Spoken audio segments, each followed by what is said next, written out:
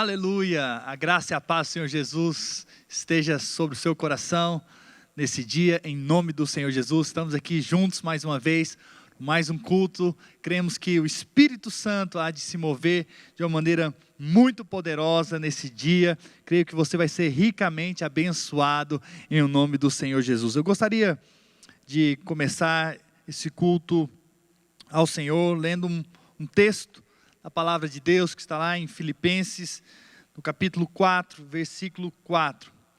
Alegrai-vos sempre no Senhor. Outra vez digo, alegrai-vos, ou seja, coloque a sua alegria no Senhor. Seja a vossa moderação conhecida de todos os homens, perto está o Senhor. Não andeis ansiosos de coisa alguma, em tudo, porém, sejam conhecidas diante de Deus as vossas petições, pela oração e pela súplica com ações de graças.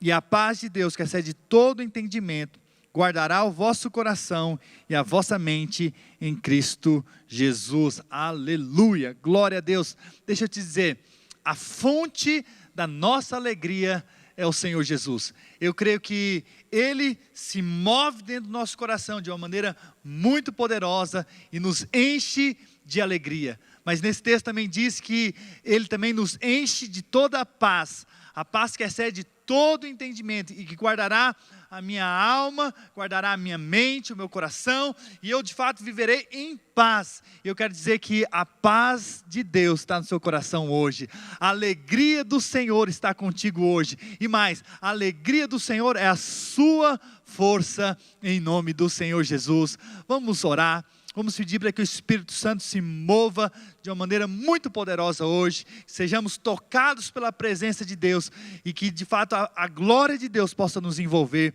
em o nome do Senhor Jesus. Pai, nós amamos o Senhor e cremos que nós podemos encontrar sim a alegria no Senhor, porque o Senhor é aquele que nos dá o regozijo, o Senhor é aquele que alegra o nosso coração, é o Senhor em que nos faz também viver em paz. Por isso eu quero declarar que a paz que excede todo o entendimento está sobre as nossas vidas hoje. Nós cremos que a presença do Senhor nos envolve hoje, essa presença de paz e de alegria enche o nosso coração, porque sabemos que o Senhor é bom, sabemos que o Senhor pode sim nos encher de vida a cada dia, e eu creio, Pai, que esse culto irá ser impactante, será marcante nas nossas vidas, em o nome do Senhor Jesus, amém e amém, aleluia. Vamos agora ter um tempo para louvarmos juntos, e adorarmos ao Senhor, e exaltar o nome daquele que é digno de toda honra, de toda glória, de todo louvor. Então, participe desse culto, envolva-se, ore, cante, exalte o nome do Senhor, porque eu tenho certeza, aí onde você está, você será tocado e marcado pela presença e pela glória de Deus, em o nome do Senhor Jesus. Pai de Cristo, meus irmãos, estamos aqui mais uma vez conectados com vocês, através da internet. Queria te convidar agora a iniciarmos esse culto. Você se conectasse agora aí com o teu Espírito, o Espírito Santo de Deus. Você possa agora se desligar de todas as coisas, junto aí com a sua família, com seus amigos aí na sua casa, no seu carro, no seu celular. Eu quero te convidar a começar a adorar Jesus no seu lugar aí, começar a exaltar o nome de Jesus. Nós cremos que esse culto vai ser um culto de exaltação ao Senhor Jesus. O nosso coração está queimando e ardendo, desejoso em exaltar o Senhor Jesus. Que você possa vir conosco nesse culto adorando a Jesus, amém? Aleluia. Te exaltamos, Jesus. Te exaltamos, Jesus. Te exaltamos de todo o nosso coração, Senhor. Te exaltamos, Senhor, de todo o nosso coração, Jesus. Te exaltamos com todo o nosso coração. Abrimos os nossos corações para exaltar o teu nome, Jesus. Pois não há outro, não há outro, não há outro, não há outro. Oh, amado, amado, oh, pois não há outro. Oh, xererarababacê, te exaltamos, pois não há outro. Oh, meu amado, não há outro, pois não há outro.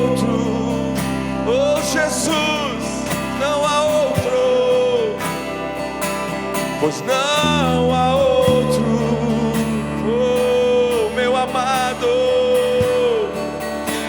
O meu amado é o mais belo entre milhares de milhares. Meu amado é o mais belo entre milhares de milhares. Vamos juntos, meu amado. O meu amado é o mais belo entre Jesus. De milhares, meu amado. Meu amado é o mais belo entre milhares de milhares. Yeshua,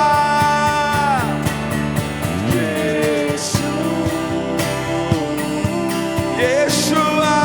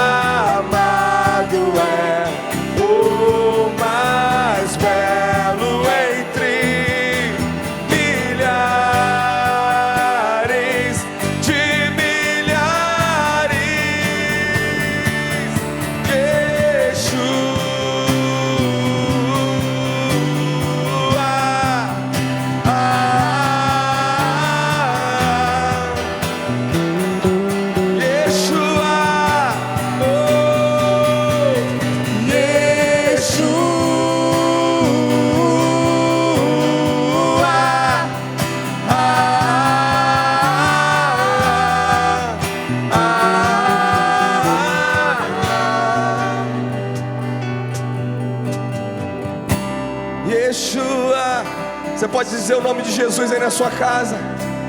Você pode exaltar o nome de Jesus. Oh, comece a exaltar o nome de Jesus. Oh, Yeshua.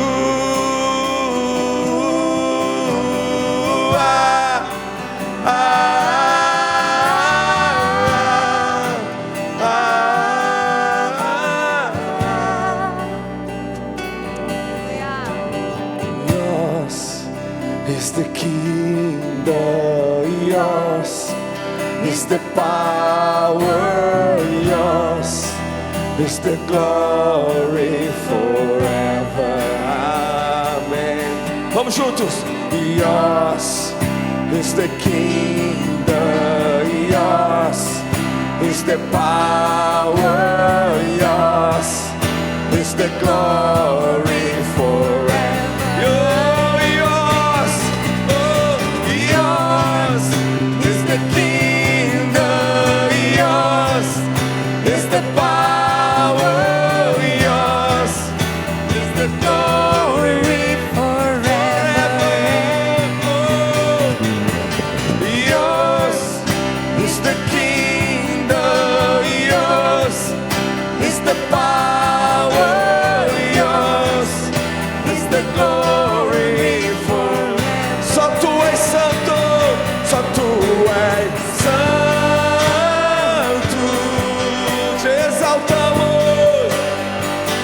Só tu és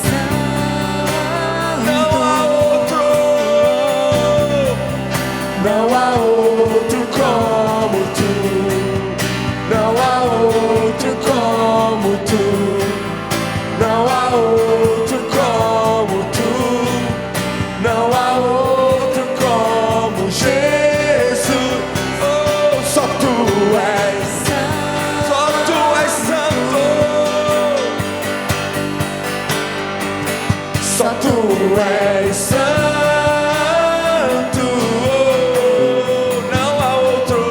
Não há outro como tu. Não há outro como tu. Não há outro como tu. Não há outro como Jesus. Só tu és santo. Santo, santo. Só tu és santo.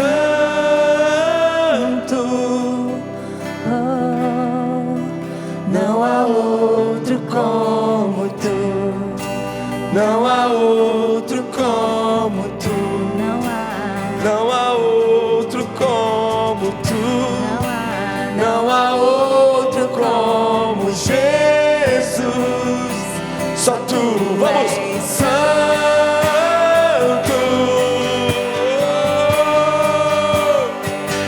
Só tu és santo.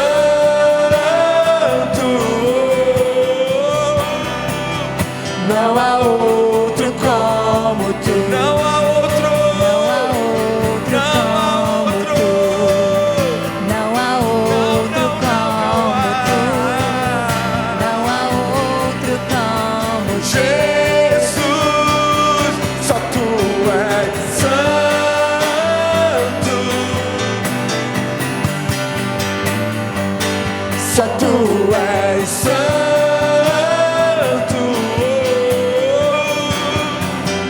Não há outro como tu. Não há outro como tu. Não há outro. Não há outro Não há outro como Jesus. Declare que Ele é santo. Só tu és. santo. A terra declara: oh, tu és santo. Só tu és santo. Santo, santo. Oh, nos rendemos, Senhor. Não há outro Não há outro. como tu. Não há outro como tu. Não há outro. Não há outro como tu. Não há outro. Não há outro como Jesus. Te exaltamos, Jesus. Seja exaltado, engrandecido. Seu nome é santo, poderoso é, e não há nada que apague o seu amor. A cruz me libertou. A cruz me libertou. Vamos juntos então. Seja exaltado, engrandecido. Seu nome é santo. Não há, poderoso é, e não há nada que apague o seu amor. A cruz me libertou. A cruz me libertou. A cruz me libertou. A cruz me libertou. Seja exaltado. Seja exaltado, engrandecido. Seu nome é santo, poderoso és, e não há nada que apague o seu amor. A cruz me libertou. A cruz me libertou. Você pode declarar a sua liberdade. A cruz me libertou. Somos livres. Me libertou. A cruz me libertou. A cruz me libertou. A cruz me libertou. A cruz me libertou.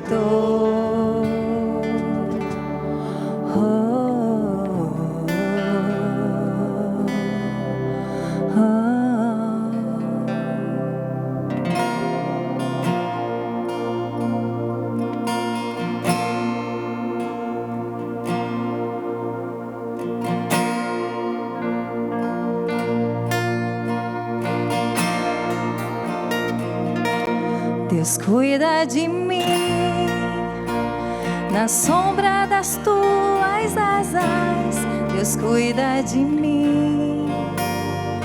Eu amo a sua casa e não ando sozinho, não estou sozinho, pois sei,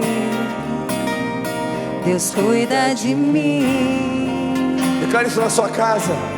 Deus cuida de mim. Na sombra das tuas asas, Deus cuida de mim. Eu amo a sua casa e não ando sozinho, não estou sozinho, pois sei, Eu sei, Deus cuida de mim. então declare de todo o teu coração. Deus cuida de mim. Oh. Na sombra das tuas asas, Deus cuida de mim. Eu amo a sua casa e não ando sozinho, não estou sozinho, pois sei, Deus cuida de mim. Eu preciso aprender um pouco aqui, eu preciso aprender um pouco ali, eu preciso aprender mais de Deus, porque Ele é quem cuida de mim. Se uma porta se fecha aqui, outras portas se abrem ali. Eu preciso aprender mais de Deus, porque Ele é quem cuida de mim. Deus cuida de mim. Vamos juntos então declarando isso todo o nosso coração. Deus cuida de mim. Oh. Na sombra das tuas asas, Deus cuida de mim. Eu amo a sua casa e não ando sozinho, não estou sozinho, pois sei, eu sei, Deus cuida de mim. Deus cuida de mim. Na sombra das tuas asas, Deus cuida de mim. Eu amo a sua casa e não ando sozinho, não estou sozinho, pois sei que Deus cuida de mim. Você pode agradecer a Deus aí na sua casa. Ele tem cuidado de nós, aleluia. Nós te exaltamos nesse dia, Senhor. Obrigado por esse culto. Senhor, continua falando aos nossos corações através da Tua palavra. Declaramos todo o nosso amor por Ti nesse dia, Senhor. Muito obrigado, Senhor. Em nome de Jesus. Aleluia.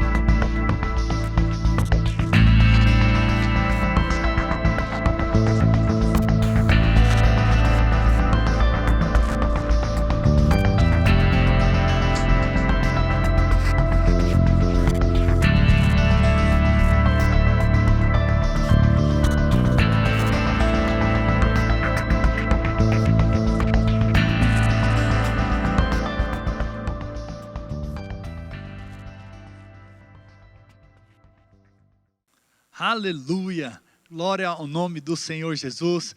Eu creio que nesse momento a palavra de Deus vai tocar o meu coração, o seu coração. Eu creio que o Espírito Santo se move por meio da palavra de Deus. Eu tenho certeza que a presença do Senhor vai te envolver de uma forma poderosa nessa palavra em o nome do Senhor Jesus. Hoje gostaria de compartilhar sobre a Páscoa. Na verdade, sobre o que aconteceu há 2000 anos atrás. Hoje se comemora a Páscoa em todo o mundo cristão. E vindo para cá, para ministrar a palavra de Deus, Deus tocou no meu coração e me lembrou de como que deve ter sido aquele momento, aquele tempo que os discípulos tiveram com Jesus ali na crucificação. E na sexta-feira, vocês sabem, Jesus morre. E eu penso que naquele momento os discípulos estão, de fato, numa sexta-feira muito dolorosa, não é? Porque Jesus morreu, Jesus que era a vida, que era o sustento, que era a força deles, que eles tinham deixado tudo para seguir Jesus, agora Jesus havia morrido. Eles não tinham ideia ainda do que iria acontecer. Essa sexta-feira para eles, então, foi uma sexta-feira de morte. E uma sexta-feira de tristeza pela perda de Jesus.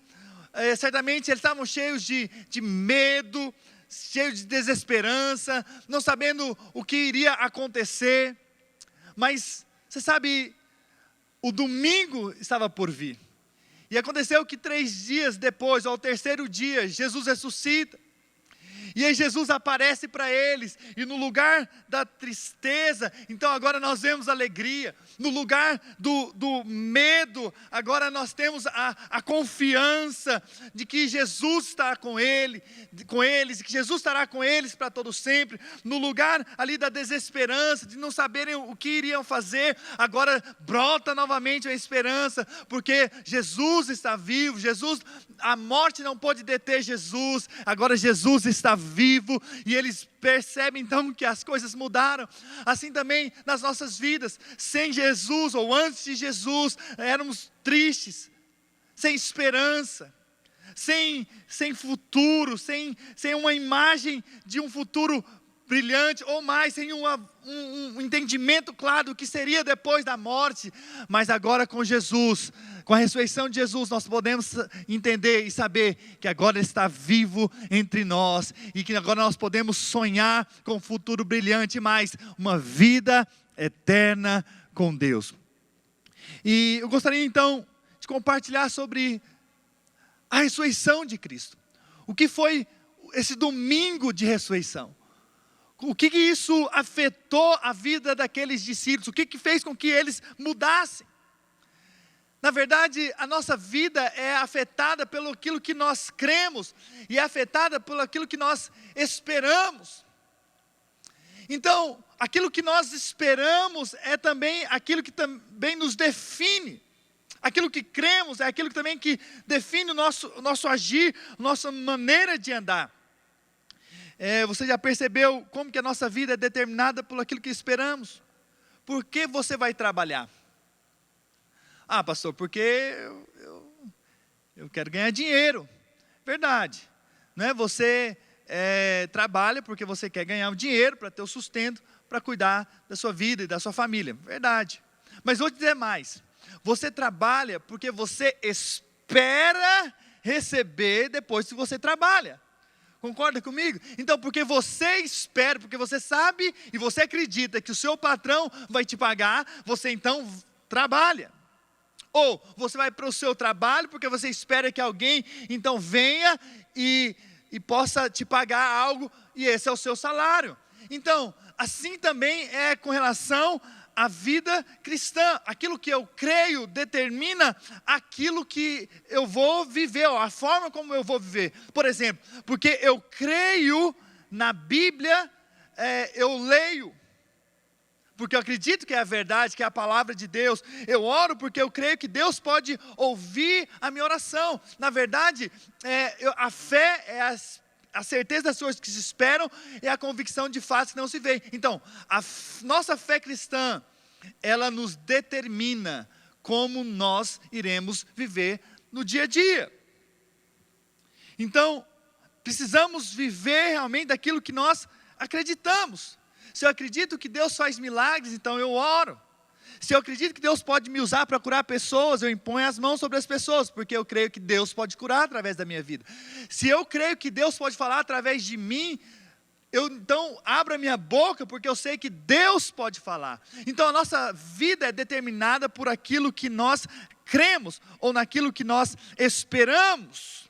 E como cristãos, nós confessamos sim Jesus como nosso Senhor e Salvador. Nós acreditamos que Ele veio, Ele morreu numa cruz, mas ao terceiro dia Ele ressuscitou para que nós pudéssemos ser livres do pecado e livres da condenação eterna.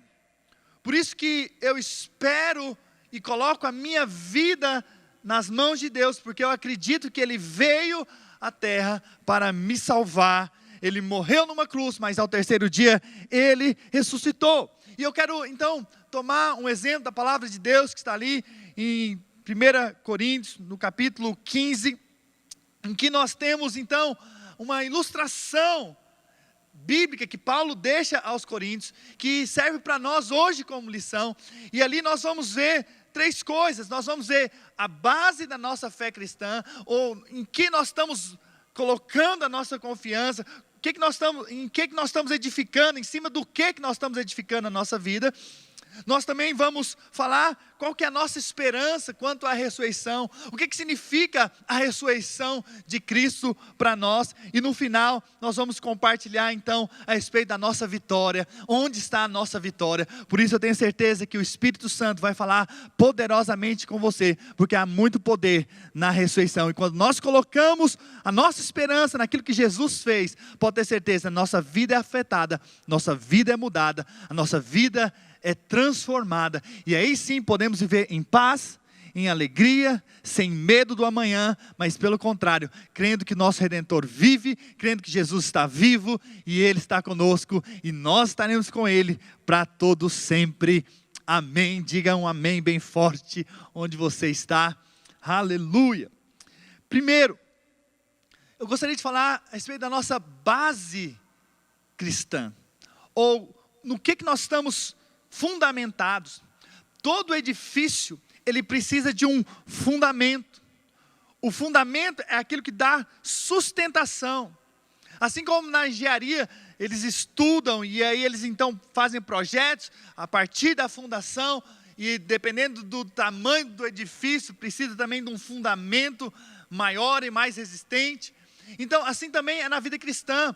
A vida cristã, ela tem um fundamento. Paulo diz que ele lançou o fundamento. O fundamento é Cristo, ou seja, a base da nossa confiança, da nossa existência, e o que nos faz viver e orar a Deus, e buscar a Deus, falar a respeito de Deus, crer a respeito de Deus, é porque nós temos uma base, e essa base se chama Cristo. Então, Paulo começa dizendo, em 1 Coríntios capítulo 15, versículo 1, o seguinte: irmãos, venho lembrar-vos o evangelho que vos anunciei, o qual recebestes e no qual ainda perseverais.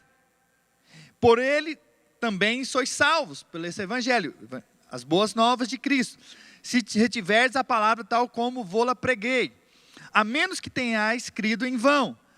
Antes de tudo, vos entreguei o que também recebi, que Cristo morreu pelos nossos pecados, segundo as Escrituras, e que foi sepultado, verdade, foi sepultado, e ressuscitou ao terceiro dia, segundo as Escrituras. Então, qual que é o fundamento da nossa fé cristã? Paulo coloca aqui claramente o fundamento. O fundamento é que Cristo morreu. Mas Cristo não ficou morto, mas ao terceiro dia Ele ressuscitou. Para quê? Para que nós fôssemos livres do pecado. Olha que texto precioso em que nós podemos agarrar e que nós podemos então nos firmar. Por quê? Porque nós sabemos que Jesus veio a essa terra, Ele morreu e ressuscitou, para que nós fôssemos livres do pecado, para que nós não vivêssemos mais debaixo de condenação, como a Bíblia diz em Romanos 8, nós já não vivemos mais debaixo da condenação, também não vivemos mais debaixo da culpa, e o nosso agora estilo de vida é não baseado naquilo que nós fazemos, mas naquilo que Cristo fez por nós. Muitas vezes o nosso inimigo, o diabo, a carne, o mundo, estão sempre tentando mostrar o que nós somos, o que fizemos ou deixamos de fazer. Mas sabe, como cristãos, nós devemos viver a nossa vida baseada naquilo que Cristo fez. Cristo morreu na cruz e ao terceiro dia ressuscitou, para que nós tivéssemos vida, e uma vida de vitória. E você sabe, é quando nós cremos em Cristo, é que nós temos vitória. Olha o que a palavra de Deus diz lá em 1 João, capítulo 5, versículo 4. E essa fé que me faz vencer o mundo, porque todo o que é nascido de Deus vence o mundo. Olha a garantia, todos aqueles que nasceram de novo, vencem o mundo. E essa é a vitória que vence o mundo. 2 pontos. Qual que é a vitória que vence o mundo? A nossa fé. Mas qual fé? Quem é o que vence o mundo, senão aquele que crê ser Jesus, o Filho de Deus? Então a nossa vitória é quando nós olhamos para Jesus. Quando que nós vamos vencer o mundo, ou as coisas desse mundo, que tenta nos tirar do propósito de Deus, tenta nos tirar os olhos de Deus? É quando nós permanecemos olhando para Jesus, crendo que Ele é o Filho de Deus, que veio para pagar a nossa dívida, morrer por nós, mas ao terceiro dia ressuscitar, para que nós pudéssemos então viver uma vida vitoriosa. A Bíblia também diz que nós podemos vencer o pecado quando nós olhamos para Jesus. Olha o que a Bíblia diz lá em Hebreus 12. Diz assim: portanto, também nós, visto que temos a rodear-nos tão grande nuvem de testemunhas, desembaraçando-nos de todo o peso e do pecado que tenazmente nos assedia, corramos com perseverança a carreira que nos está proposta, olhando firmemente para o autor e consumador da nossa fé. Quem que é esse? Jesus, o qual em troca da alegria que lhe estava proposta, suportou a cruz, não fazendo caso da ignomínia, da vergonha, está sentado à destra do trono de Deus. Mais uma vez, mostra que quando nós estamos com esse fundamento, o fundamento correto, o fundamento é Cristo, então nós podemos vencer o mundo, nós podemos vencer o pecado. Mas a Bíblia diz lá também, em Apocalipse 12, versículo 11, eles, pois, o venceram. Venceu quem? O inimigo, o acusador, o diabo. Você pode ler ali depois o contexto. Eles, pois, o venceram por causa do sangue do Cordeiro. Mais uma vez, mostrando que a vitória está naquilo que Jesus fez na cruz. Irmãos, então quando nós olhamos aqui para a cruz, aqui atrás temos a cruz, né? A cruz é que nos dá a vitória. E isso equivale ao amor de Deus por nós. Na cruz Jesus nos amou, e não apenas nos amou, mas nos deu vida, a vida eterna, e não apenas uma vida eterna, mas nos deu também a fé para vencer o diabo, a carne, o pecado, e vencer o mundo. Então por isso nós precisamos estar firmes nessa base sólida, a base de fato do que Cristo fez na cruz do Calvário. Aí sim nós podemos viver uma vida vitoriosa. E então Paulo continua dizendo, o segundo aspecto desse texto, qual que é a nossa esperança quanto à ressurreição? Paulo então traz uma clareza a respeito do poder da ressurreição, daquilo que isso significa para nós. E isso é tão importante, que eu quero compartilhar isso, porque marcou o meu coração. No verso 12 do capítulo 15, diz: ora, se é corrente pregar-se que Cristo ressuscitou dentre os mortos, como pois afirmam alguns dentre vós que não há ressurreição de mortos? Aqui nesse capítulo, alguns cristãos estão dizendo que não há ressurreição dos mortos. E aí Paulo então começa a escrever a respeito da ressurreição e do valor da ressurreição. E no versículo 19 ele mostra o valor e a importância da ressurreição. Se a nossa esperança em Cristo se limita apenas a essa vida, somos os mais felizes de todos os homens. Olha quão sério é isso. Se nós não acreditamos que há ressurreição dentre os mortos, então nós teremos um problema. Então a vida que nós estamos levando como cristãos não vale a pena ser seguida. E aí Paulo então usa alguns argumentos ao escrever essa carta. Primeiro, se não há ressurreição, então a pregação do evangelho não tem valor nenhum. Lá no versículo 13, do capítulo 15, diz assim: e se não há ressurreição de mortos, então Cristo não ressuscitou. E se Cristo não ressuscitou, é vã a nossa pregação, é vã a nossa fé. O argumento que Paulo usa é bem simples. Se não há ressurreição de mortos, então Cristo não ressuscitou. E se Ele não ressuscitou, para que nós pregamos? Ou qual valor tem a nossa mensagem? O que nós estamos fazendo aqui hoje? O que eu, como pastor, estou fazendo aqui hoje, se Cristo não ressuscitou? Ou o que você está fazendo, dizendo que é cristão, se não há ressurreição de mortos? E aí no versículo 15, Paulo ainda acrescenta: e somos tidos por falsas testemunhas de Deus, porque temos asseverado contra Deus que Ele ressuscitou a Cristo, ao qual Ele não ressuscitou, se é certo que os mortos não ressuscitam. E aí Paulo está dizendo, ó, e você vai ter um problema. Se você diz que Cristo não ressuscitou, você vai ter um problema com Deus, porque você está sendo falsa testemunha, você está mentindo, ok? Então eu não quero ter problema com Deus, mas graças a Deus, que Jesus ressuscitou e está assentado à direita de Deus. E a Bíblia diz que de lá Ele intercede por nós como nosso advogado. E nós cremos sim que Jesus ressuscitou. E por isso nós temos a mensagem mais poderosa dessa terra. A mensagem do Evangelho. A mensagem que todo homem que crê nessa mensagem será salvo e terá a vida eterna. Então, enquanto o mundo prega contra Deus, nós pregamos Cristo como a ponte entre Deus e os homens. E essa mensagem que nos deu vida, quando nós estávamos mortos em nossos delitos e pecados, e nós fomos alcançados pela graça. Homens de Deus tocados e marcados por essa mensagem, não abriram mão de falar e de anunciar a mensagem. Eles viveram em prol disso, viveram para liberar a palavra do Evangelho. E hoje esse Evangelho chegou até nós, porque homens de Deus ao longo da história, ao longo desses 2000 anos de história, não pararam de anunciar que Jesus morreu, mas ressuscitou, e Ele está vivo. E essa mensagem alcançou até mim e a você. E hoje nós estamos numa corrida de bastão, nos passaram o bastão, a geração que veio antes de nós, passou o bastão para nós, e agora nós recebemos esse bastão, que é a mensagem do Evangelho, e nós estamos levando para as pessoas a mensagem da cruz de Cristo. Nós estamos correndo essa corrida, a corrida que nos foi proposta, a corrida da fé. Eu e você temos a responsabilidade diante de Deus de passar para a próxima geração, para as pessoas que estão ao nosso redor, essa mensagem, porque Jesus vive. Então hoje nós pregamos, porque esperamos no Deus que pode salvar vidas, assim como um dia nós fomos salvos.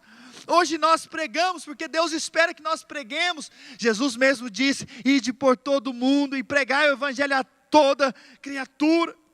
Pregamos porque assim como alguém um dia levou a mensagem para nós, essa mensagem da cruz até nós também somos constrangidos pelo amor de Deus, para levar também a mensagem a outras pessoas. E pregamos também, porque somos testemunhas do que essa graça de Jesus nos alcançou. Nós somos gratos a Deus pelo aquilo que a cruz fez nas nossas vidas. A cruz transformou as nossas vidas. A cruz mudou a nossa história, do antes e depois. Nós carregamos dentro de nós o testemunho vivo de que Deus vive entre nós. Nós podemos testemunhar do que era o antes e depois. Porque um dia a cruz nos alcançou. E nós cremos que essa cruz, aquilo que Jesus fez na cruz, vai alcançar. Por isso que a nossa pregação não é vã, porque Jesus ressuscitou, Ele está vivo. Então Paulo usa o segundo argumento: se não há ressurreição, então ainda somos pecadores. Versículo 17: e se Cristo não ressuscitou, é vã a nossa fé, e ainda permaneceis nos vossos pecados. Aqui Paulo diz que o único capaz de tirar os nossos pecados é Cristo. Sem a morte e a ressurreição é impossível que o homem seja livre da condenação eterna. Jesus é o pagamento, na verdade, da nossa dívida. O homem pecou. Mas Jesus veio e derramou seu sangue para que o homem não ficasse mais escravo do pecado, para que ele não ficasse como filho do diabo, mas tivesse uma experiência viva com Deus e se tornasse filho de Deus. A Bíblia diz que a todos quantos o receberam, deu-lhes o poder de serem feitos filhos de Deus. E a Bíblia também diz que quando Jesus morreu, nós morremos com Ele. Mas quando Ele ressuscitou, nós também ressuscitamos com Ele. Essa é a vida que nós cremos. Lá em Romanos, capítulo 6, versículo 8 diz: ora, se já morremos com Cristo, cremos que também com Ele viveremos. O texto ainda diz, versículo 12: não reine, portanto, o pecado em vossa carne mortal, de maneira que obedeçais às suas paixões, nem ofereceis cada um aos membros do seu corpo ao pecado, como instrumentos de iniquidade, mas oferecei-vos a Deus, como ressurretos dentre os mortos, e os vossos membros a Deus, como instrumentos de justiça. Uma vez que cremos em Jesus, nós cremos que com Ele nós morremos, mas com Ele ressuscitamos, e nós podemos viver uma vida de vitória, uma vida longe do pecado, e essa esperança nos fortalece, porque sabemos que a palavra de Deus é verdadeira. Nós estamos debaixo da graça de Deus, e não da condenação.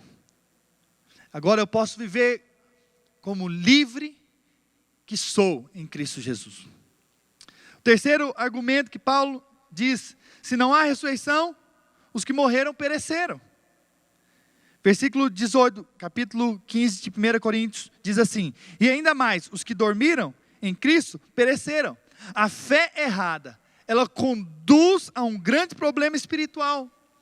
Quando alguns dos coríntios estavam dizendo que não havia ressurreição, eles estavam dando uma sentença final para aqueles que haviam morrido. E eu não consigo imaginar o fim da existência humana após a morte. A vida se torna desprezível. Pensar que a gente nasce, vive essa terra, daqui a pouco a gente morre e acabou. E é só isso. A vida se torna uma vida sem sentido. Mas eu creio no que a palavra de Deus diz, talvez um dos textos mais pregados, mais compartilhados, mais recitados, está lá em João 3,16, porque Deus amou o mundo de tal maneira, que deu seu Filho unigênito, para todo que nele crê não pereça, mas tenha a vida eterna. E é nessa esperança que eu vivo a vida, porque eu creio que meu Redentor vive, eu creio que Jesus está vivo, e porque Ele vive, eu posso crer no amanhã, né? Tantas pessoas têm cantado essa música, né?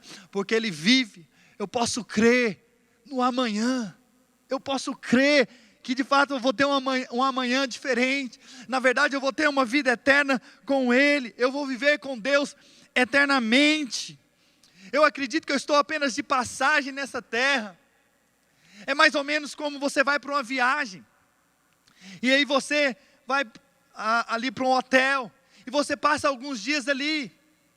Talvez no hotel não seja tudo aquilo que você esperava, mas você sabe que depois de alguns dias você vai voltar para a sua casa. E é assim também que eu vivo. Eu estou de passagem nessa terra. Aqui não é a minha habitação eterna. Eu voltarei para o meu lar, eu estarei de volta a casa que Deus de fato tem para mim, a vida eterna com Ele. E é nessa esperança que nós precisamos viver, a esperança de que eu estou retornando para a casa do Pai, porque eu me tornei filho, a todos os que creram, se tornou filho de Deus. Um dia, Jesus fez um sermão muito duro, e muitas pessoas abandonaram Jesus. Está lá no capítulo 6 de João. E no versículo 68 desse capítulo, diz assim: Senhor, não, e então esse versículo, esse texto, Jesus pergunta: vocês também vão me abandonar? E a resposta de Jesus está lá no versículo 68. Senhor, para quem iremos? Tu tens as palavras da vida eterna.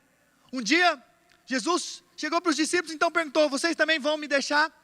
E aí, então, os discípulos perguntaram: Senhor, para quem iremos? Eu gosto desse texto, porque esse texto está dizendo, para qual pessoa Ou aonde eu vou colocar minha esperança? Porque só tu tens as palavras de vida eterna. Não tem outro caminho, não tem uma vida eterna se não for por meio de ti. Não existe outro em que eu posso me firmar, em que eu posso colocar minha esperança. Os discípulos falaram: não, nós não vamos te deixar, porque só tu tens a esperança para o amanhã, com o Senhor, para sempre. E eu vou dizer mais: se hoje você está com o Senhor, se hoje você creu naquilo que a cruz de fato fez por você, então eu vou deixar mais um texto da palavra de Deus lá em João capítulo 10, versículo 28. Eu lhes dou a vida eterna, Jesus dizendo, Ele é um bom pastor, que dá a vida eterna. Jamais perecerão, e ninguém as arrebatará da minha mão. Você sabe, ninguém vai tirar você das mãos do Senhor, porque de fato Ele deu a você a vida eterna.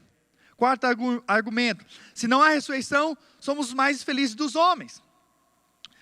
Versículo 19, de 1 Coríntios capítulo 15. Se a nossa esperança em Cristo se limita apenas a essa vida, somos os mais infelizes de todos os homens.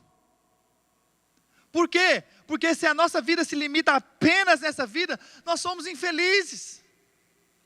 Aqui, Paulo está dizendo: não coloque a sua vida nesse mundo, não coloque os seus olhos nesse mundo, não coloque o seu coração nesse mundo, coloque os seus olhos em Cristo. Isso aqui é só passageiro, você está aqui de passagem, você não precisa ficar preocupado com essa vida, com as coisas dessa vida, porque eu vou cuidar de ti. O Senhor é que diz para nós, vai cuidar de nós, mas coloque o seu coração nas coisas eternas.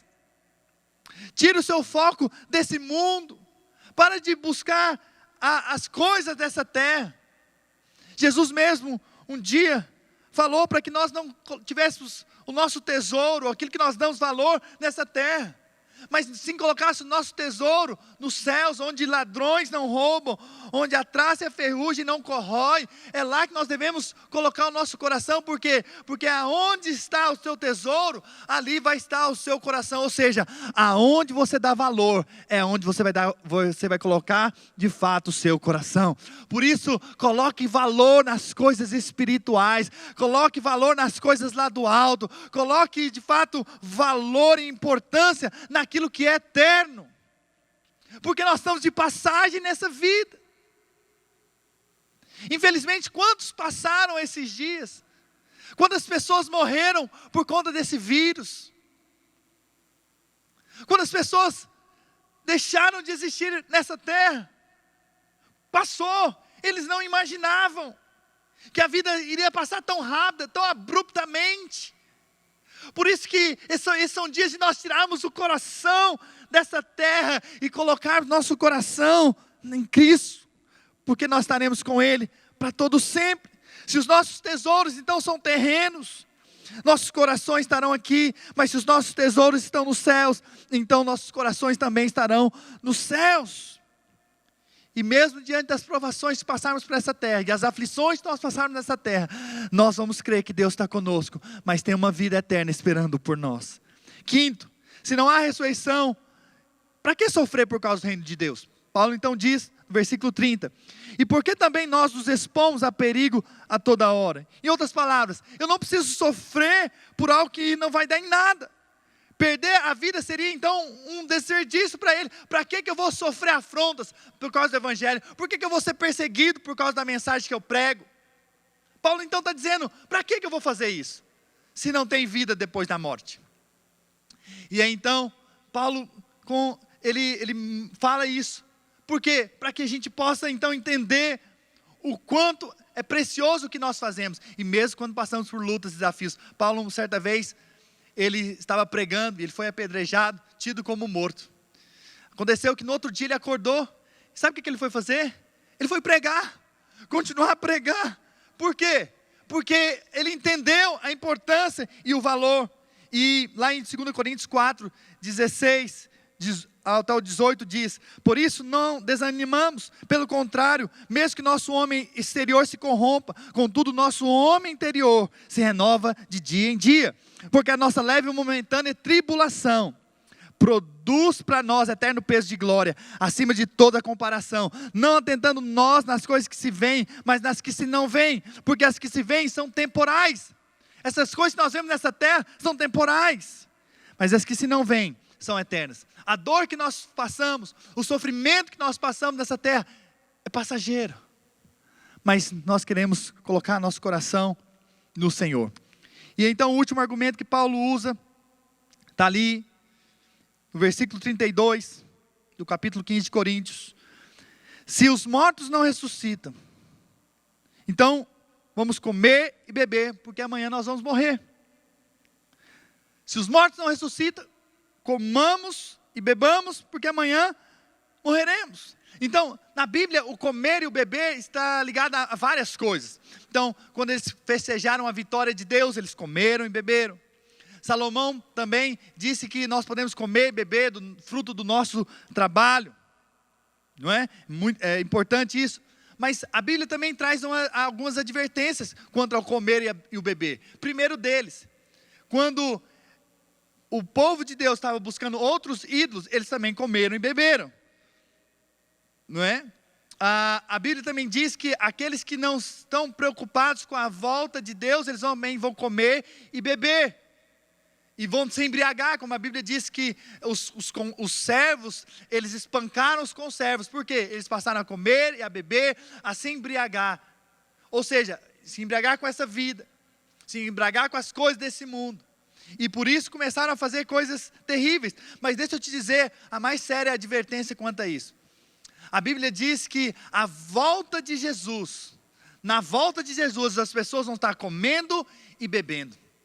E ele então ilustra com o tempo de Noé. Assim como foi nos dias de Noé, assim também será a volta do Filho de Deus. Eles comiam, bebiam e davam em casamento, até que eles entraram na arca, e aí então veio o dilúvio e destruiu toda a terra.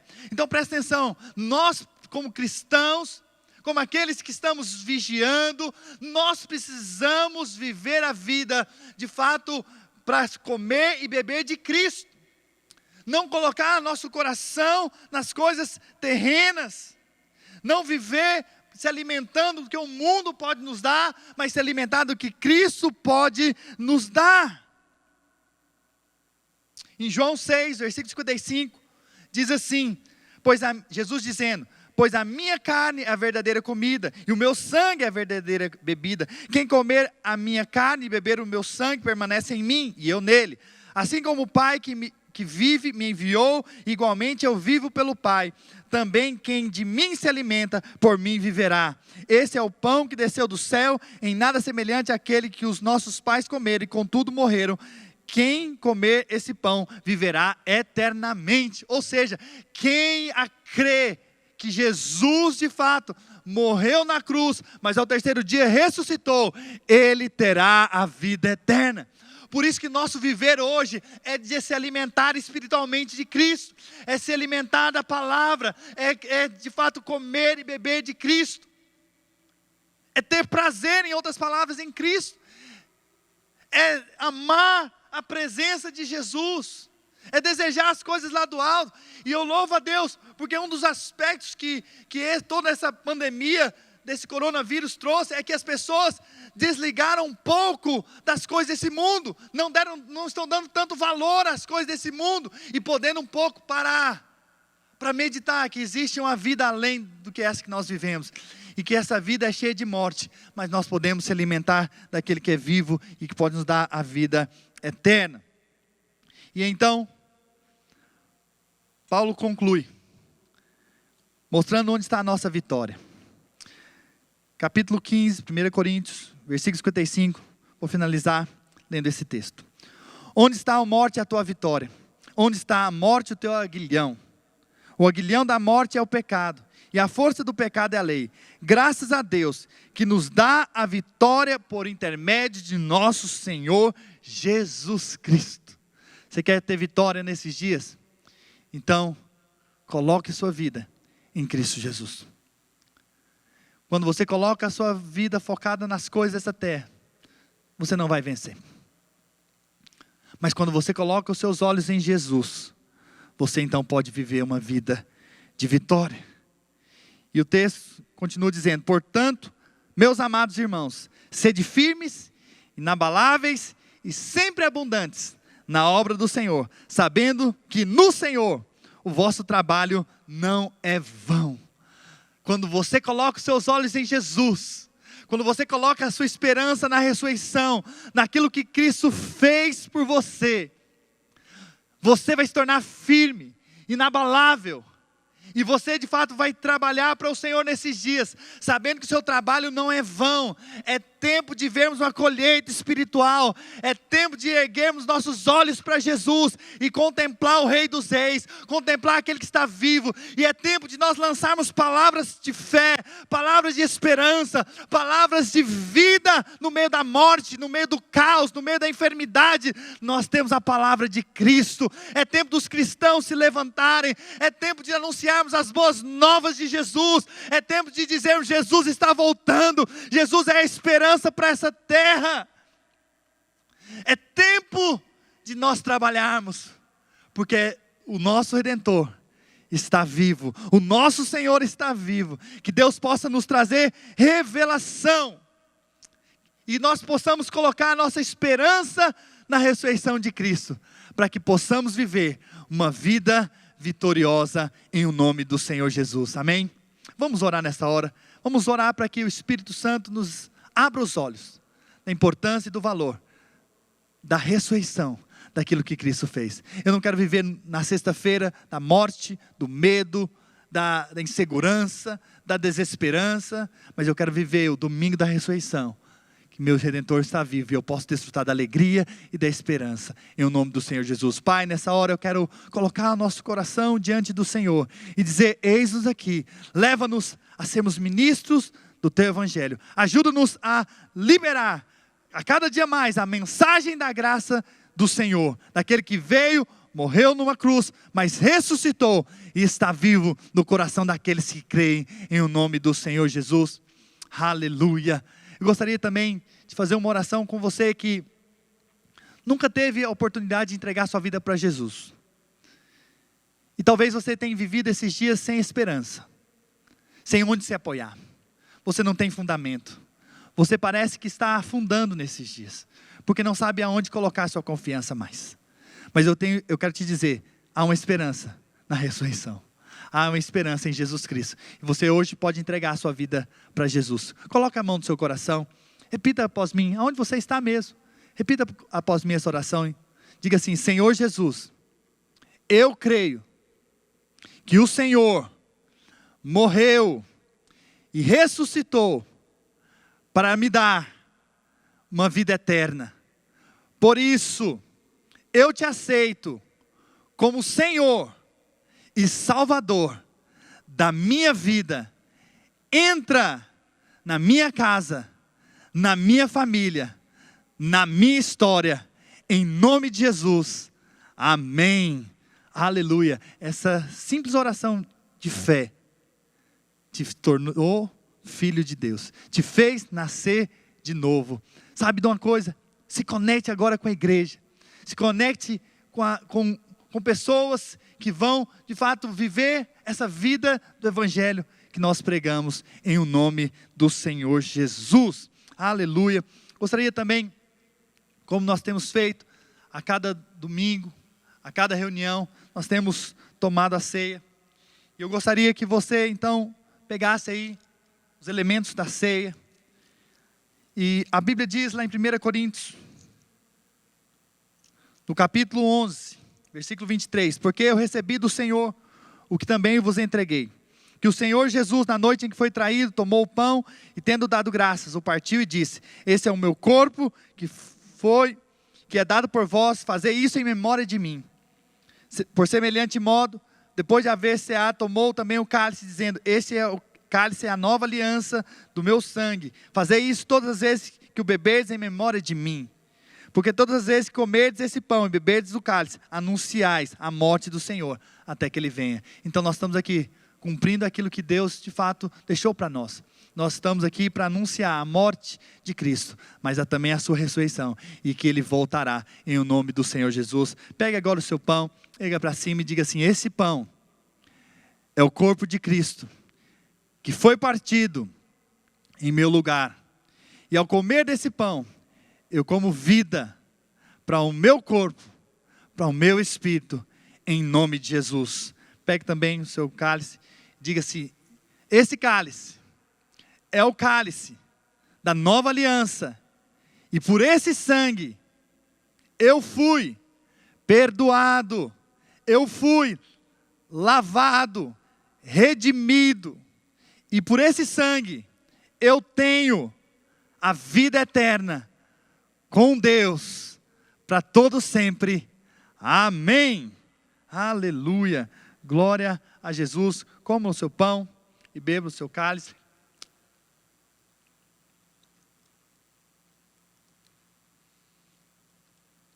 Aleluia. Glória a Jesus. Por fim, gostaria que você mantivesse a sua fidelidade com essa obra. Somos gratos a Deus por todos aqueles que estão empenhados em suprir, em abençoar, em cuidar da igreja. Todas as vezes que você oferta, que você dizima, você de fato está sendo um abençoador. Você está sustentando essa mensagem. Você está sustentando essa mensagem que você acredita, que é essa mensagem que te salvou. Você sustenta uma palavra, você sustenta uma mensagem de que Cristo não está morto, mas Cristo vive, Cristo ressuscitou. Por isso, mantenha hoje a sua fidelidade, a sua generosidade, o seu coração para com essa obra, porque nós não pararemos, pelo contrário, nós espalharemos essa mensagem da obra de Deus nesses dias, em nome de Jesus. Falando nisso, agora mesmo nós vamos lançar uma série de mensagens sobre o fim dos tempos. E você pode estar acompanhando pelo YouTube, no nosso canal. Vai ser um tempo de nós levarmos essa mensagem, que Jesus está voltando. Mas nós queremos deixar claro o que a Bíblia diz sobre o fim dos tempos. E eu creio que você vai ser impactado e marcado por essas palavras, em o nome do Senhor Jesus. Eu creio que Deus está conosco, e Deus nos deu uma mensagem para o fim dos tempos que nós estamos vivendo, em o nome do Senhor Jesus. E nós vamos anunciá-la mais e mais, a cada dia, em nome do Senhor Jesus, até que Ele volte. Maranata, que venha o Senhor, em o nome do Senhor Jesus. Amém. Um grande abraço, tenha uma semana de vitória, e que o Espírito Santo te ajude, te fortaleça mais e mais, em o nome do Senhor Jesus.